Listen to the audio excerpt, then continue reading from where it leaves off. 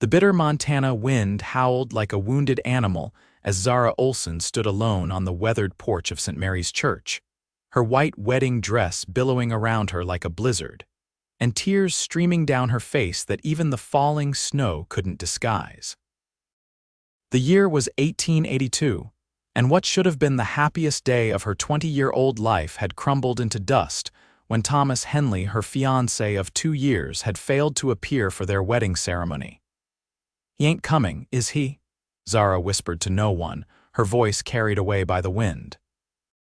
The few guests who had braved the early October storm to attend the ceremony had long since departed, offering awkward condolences and pitying glances that burned worse than the cold.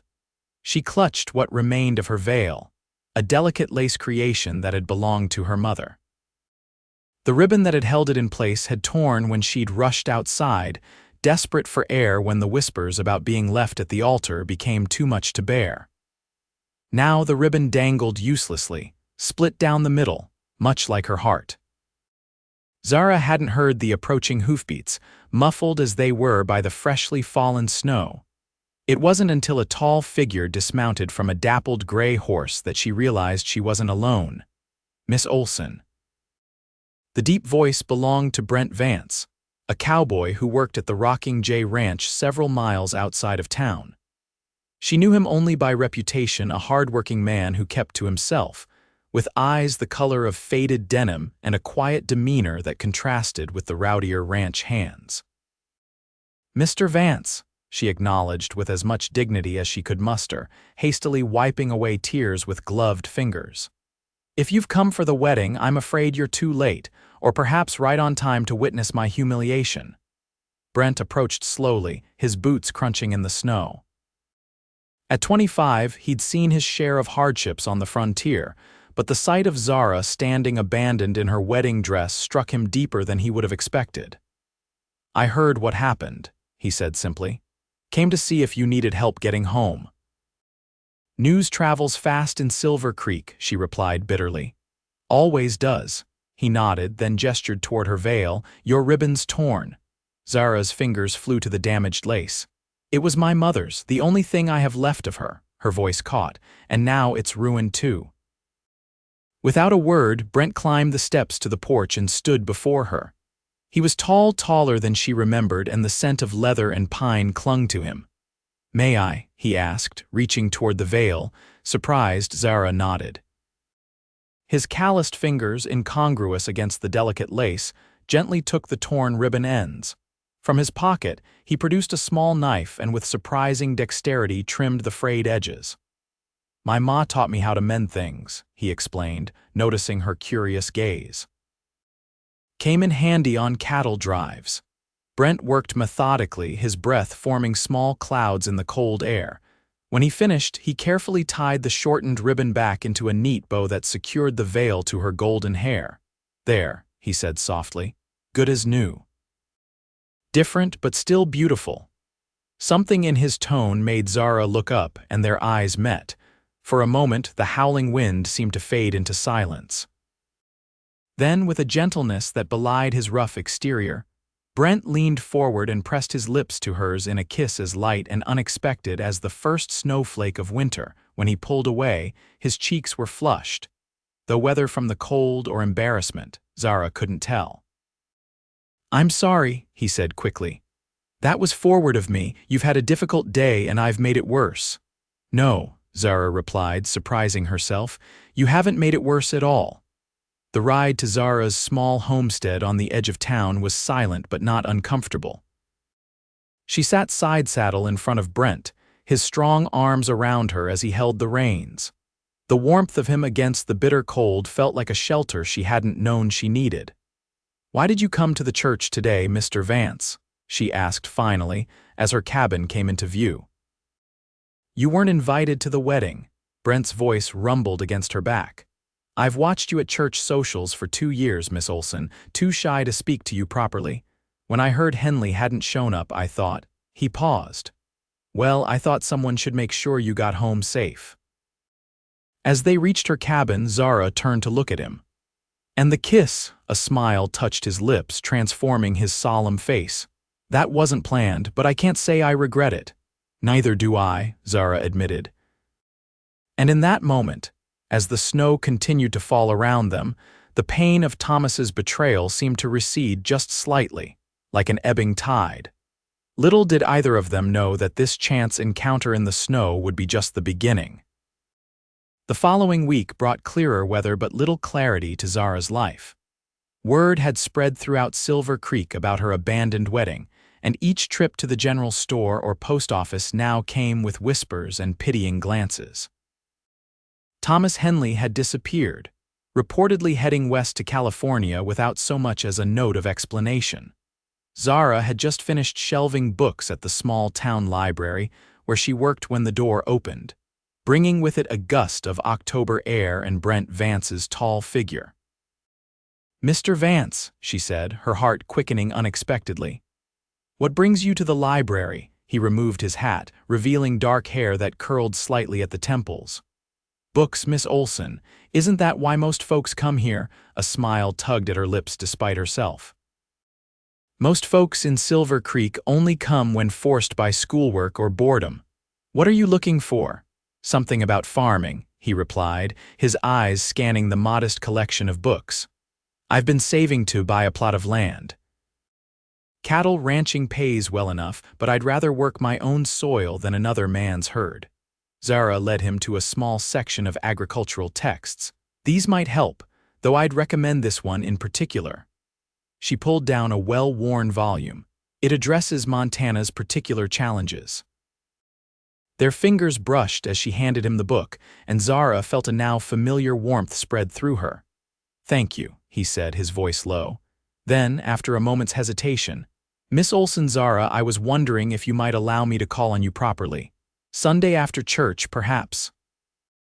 The question hung between them. A proper courtship so soon after her failed wedding would set tongues wagging even more, and yet, "I'd like that," she heard herself say. Sunday arrived with golden autumn sunshine that belied the earlier snowstorm. After church service, where Zara endured more sympathetic glances and whispered comments, Brent approached her on the steps. "I thought we might go for a ride if that suits you," he suggested. "There's something I'd like to show you." They rode double on his gray mare, heading north of town along a winding creek. The aspen trees shimmered gold and copper in the sunlight, and for the first time since her wedding day, Zara felt something like peace settling over her. After about an hour, they crested a small hill and Brent reined the horse to a stop. "This is it," he said, his voice holding a note of pride.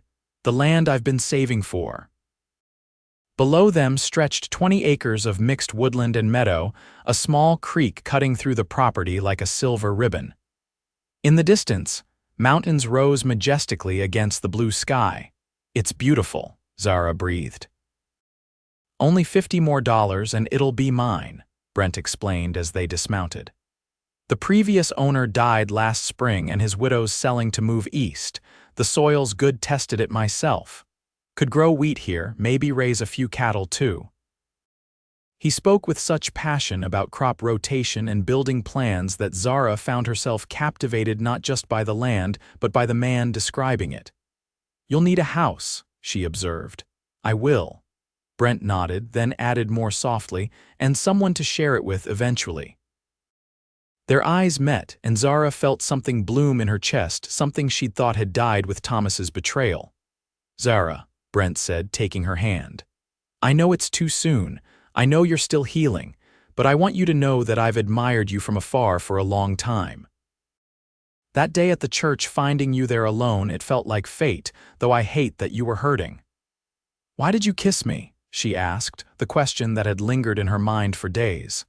"Because you looked both broken and beautiful," he answered honestly. "And because I'd been wanting to for 2 years. This time when they kissed, it wasn't a gentle brush of lips but something deeper, a promise and a beginning all at once." Zara's hands found their way to Brent's shoulders and his arms encircled her waist, drawing her close. When they finally parted, both breathless, Brent rested his forehead against hers. "Too soon," he whispered. "Perhaps," she admitted, "but it feels right all the same. As autumn deepened into winter, so too did Zara and Brent's relationship. They maintained propriety meeting at church functions, taking chaperoned rides, or sitting on Zara's porch under the watchful eye of her elderly neighbor, but the connection between them grew stronger with each passing week. December brought heavy snow, and the news that Brent had secured the final payment for his land. The town held its annual Christmas social at the schoolhouse, and Zara found herself genuinely smiling for the first time in months as she watched Brent attempt to learn a Virginia reel with 2 left feet. "You're looking happier, child," observed Mrs. Peterson, the postmaster's wife, as they ladled punch together. "That Vance boy seems to be good medicine." "He is," Zara agreed simply.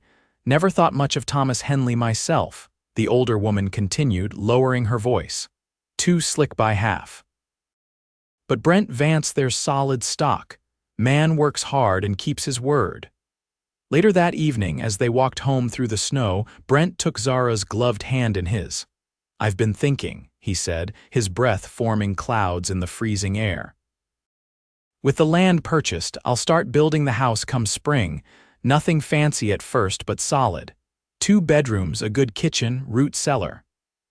"It sounds wonderful," Zara replied, trying to ignore the flutter in her chest at the implication of his words. Brent stopped walking and turned to face her, the moonlight reflecting off the snow around them. "What I'm trying to say, poorly, is that I'd like you to help me plan it, because I'm hoping when you're ready, when enough time has passed, that you might consider it your home too." Zara's breath caught. "Brent, I'm not proposing, not yet," he clarified quickly. "I know it's too soon after everything, but I want you to know my intentions are serious. I'm courting you because I can see a future with you, Zara Olsen." She reached up to touch his face, her fingers tracing the line of his jaw. "When I stood on that church porch 3 months ago, I thought my life was over. Now I'm starting to believe it was just beginning." Their kiss, beneath the star-filled Montana sky, sealed a promise neither had expected to make so soon. January brought bitter cold and an unexpected visitor to Silver Creek. Zara was organizing new shipments at the library when the door opened, bringing with it a blast of frigid air and a figure from the past. "Hello, Zara." Thomas Henley stood before her, hat in hand, looking much the same as he had the day before their wedding, handsome in a polished way, with carefully combed hair and expensive clothes. "Thomas," her voice came out steadier than she felt. "I heard you were in California." "I was." He took a step forward. "May we speak privately?" Zara glanced around the empty library. "We are alone. Say what you've come to say." Thomas sighed, running a hand through his hair in a gesture she'd once found endearing. "I came to apologize. I behaved abominably." "Yes, you did." Zara's hands tightened on the book she was holding. "You left me standing at the altar without a word. Do you know what that did to me? To my reputation in this town?" "I panicked," Thomas admitted. "The responsibility of marriage, of settling down here forever, it overwhelmed me. But California wasn't what I thought it would be, and I realized what I'd thrown away." He moved closer, his expression earnest. "I still love you, Zara. I want another chance." The words she had longed to hear 3 months ago now fell flat, devoid of the power they once held. "No," she said simply. Thomas blinked, clearly not expecting such a direct refusal. "No, you broke my heart, Thomas. You humiliated me. But more importantly, you showed me exactly who you are, someone who runs when things get difficult." Zara placed the book carefully on a shelf. "I deserve better than that. This is about that cowboy, isn't it? Vance." Thomas's voice hardened. "The whole town's talking about you too. Don't tell me you've fallen for some dirt-poor ranch hand." Anger flashed through Zara. "Brent owns his own land now. He's building a house in the spring. But even if he had nothing, he has something you'll never have: integrity." "You're making a mistake," Thomas warned. "He can't provide for you like I can."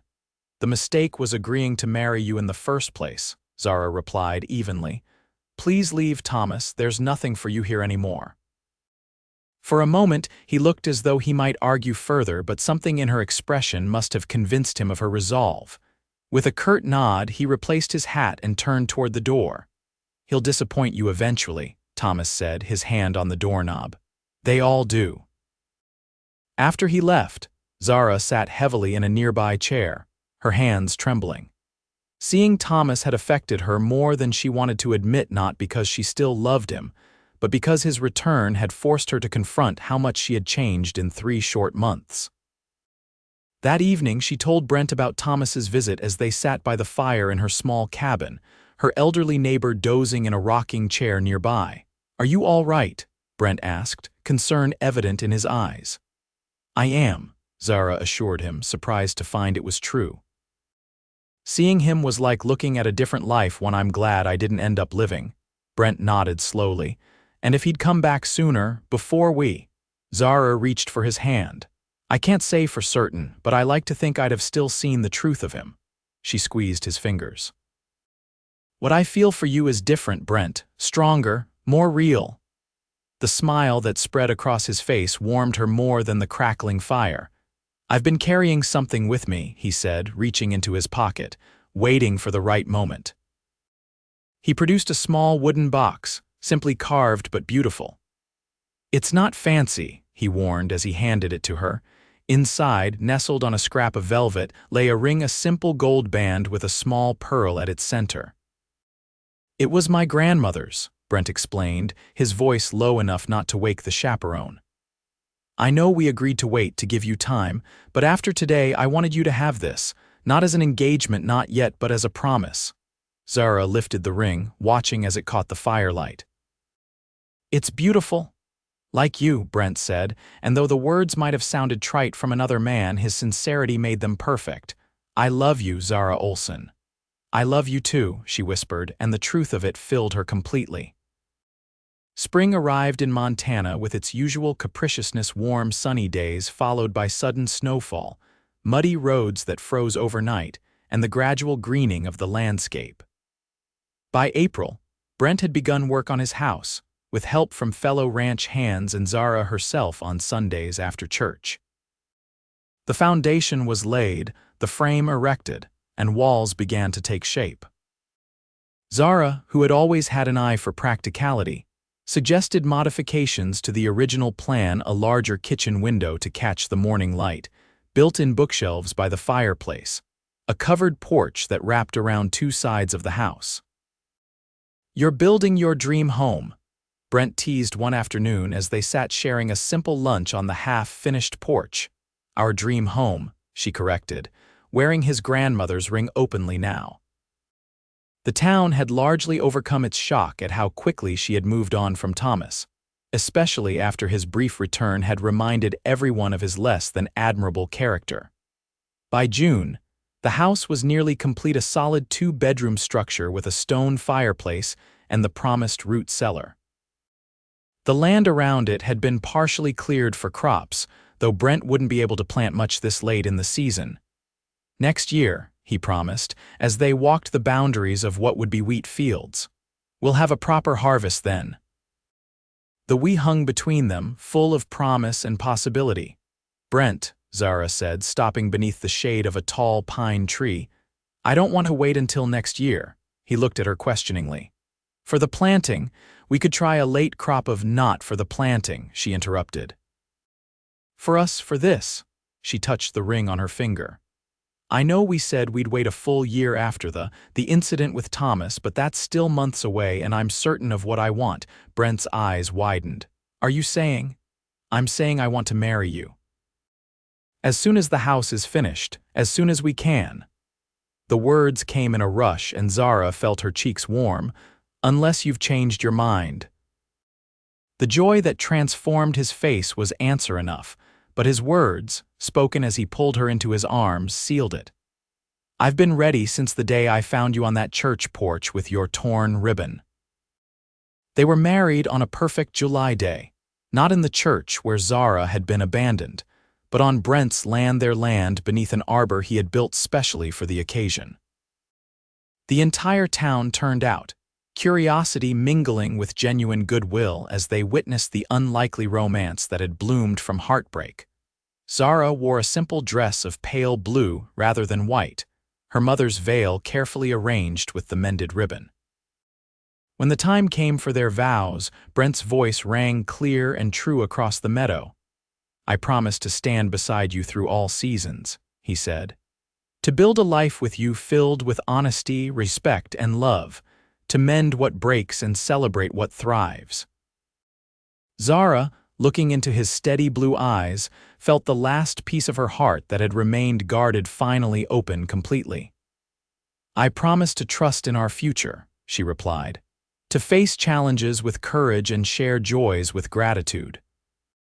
To remember always that sometimes broken things, when mended with care, become stronger at the broken places." Their kiss, witnessed by friends and neighbors, marked not an ending but a continuation of a story that had begun with tears and a torn ribbon in the snow.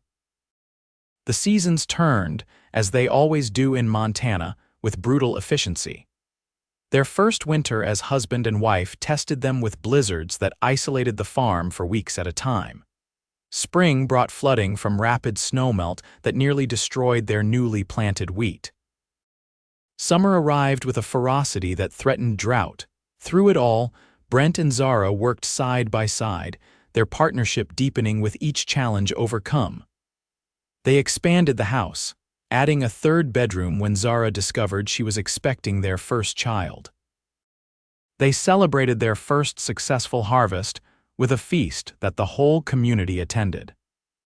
3 years after their wedding, on a crisp autumn day much like the one when Brent had first shown Zara the land, they stood on their porch watching their 2-year-old daughter, Emma, toddle after a butterfly in the front yard. "I got a letter from Mrs. Peterson today," Zara said, leaning against her husband's solid frame. "She says Thomas Henley is getting married in San Francisco to a banker's daughter." Brent's arm tightened around her waist. "Do you ever wonder what might have happened if he'd shown up that day?" Zara looked up at him, at the face she had come to know as well as her own, the laugh lines around his eyes, the small scar on his chin from a childhood fall, the way his hair still curled at his temples despite being cropped short. "No," she answered truthfully. "I think fate had other plans for me all along. Fate and a torn ribbon," Brent reminded her with a smile. "And a cowboy who knew how to fix it," Zara added, rising on tiptoes to kiss him softly. Emma's delighted squeal drew their attention back to the yard, where the little girl had finally caught up to the butterfly, only to watch it flutter beyond her reach again. "She has your determination," Brent observed. "And your gentleness," Zara replied, noticing how carefully their daughter approached the fragile creature. As the sun began to set behind the mountains, casting long shadows across their land, Zara reflected on the journey that had brought them here. From abandoned bride to beloved wife, from broken heart to a life fuller and richer than she could have imagined. "I love you, Brent Vance," she said softly, the words no less meaningful for having been said countless times before. "And I love you, Zara Vance," he replied, the name still bringing a smile to her lips after all this time. Together, they watched their daughter chase butterflies in the golden light of a Montana evening, on land that had become not just a home, but the foundation of a legacy that would endure long after them. A legacy built on second chances, mended breaks, and the unexpected kiss that had started it all. The years continued to pass, marking their life together with moments both ordinary and extraordinary. Emma was joined by a brother, Samuel, and later by a surprise addition, little Clara, who arrived when Zara was nearly 40 and had thought her childbearing years were behind her. Their farm prospered through good years and survived the bad ones. Brent's careful management and Zara's practical innovations, including a small lending library that served the outlying homesteads, made them respected figures in an expanding community. On their 20th wedding anniversary, Brent surprised Zara by bringing her back to St. Mary's Church, to the very porch where they had first met. "Why here?" she asked, puzzled by his choice. He took her hands in his, those same strong hands that had once tied her ribbon and now showed the wear of 2 decades of farming. "Because I wanted to remind us both where our story began." And because I wanted to give you this." From his pocket, he produced a small package wrapped in tissue paper. Inside, Zara found a delicate silver ribbon intricately embroidered with tiny pearls. "For your mother's veil," he explained. "I thought our Emma might want to wear it someday. The old ribbon has served well, but this one won't need mending," Zara finished, tears filling her eyes. "Oh, Brent." As they stood together on the church porch, now older but still so much in love, Zara was struck by how differently her life might have turned out had Thomas Henley not abandoned her that snowy day. How a moment that had seemed like the end of everything had actually been a beginning. "Do you know what I remember most about that day?" Brent asked, as if reading her thoughts. "What?" Zara asked, leaning into his familiar embrace. "How brave you looked.